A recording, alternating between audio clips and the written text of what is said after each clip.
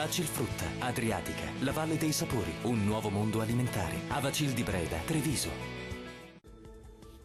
L'anticiclone delle Azzorre ci regala una ennesima giornata di tempo stabile e soleggiato e di clima anche piuttosto mite. Vediamo il dettaglio. Sul Veneto tempo stabile e ampio soleggiamento, una maggiore parziale nuvolosità è attesa sui settori centro-settentrionali ma sarà del tutto innocua. Qualche nebbia o foschia mattutina tra il trevigiano e il veneziano.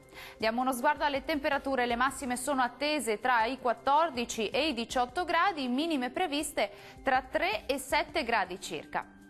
Che tempo farà invece sul territorio del Friuli Venezia Giulia? Tempo asciutto e con sole prevalente un po' ovunque, salvo un po' di nubi sparse qua e là e qualche nebbia mattutina sulle pianure sud-occidentali.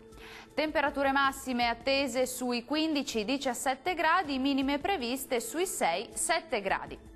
Concludiamo con uno sguardo alla situazione meteorologica del Trentino Alto Adige, anche qui tempo asciutto e soleggiato, salvo una più diffusa e parziale nuvolosità.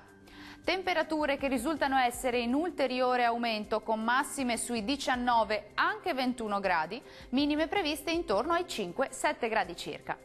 Il mare sarà generalmente calmo, i venti deboli da sud lungo le coste e sudorientali al largo. Dal meteo è tutto, grazie per l'attenzione e arrivederci al prossimo aggiornamento.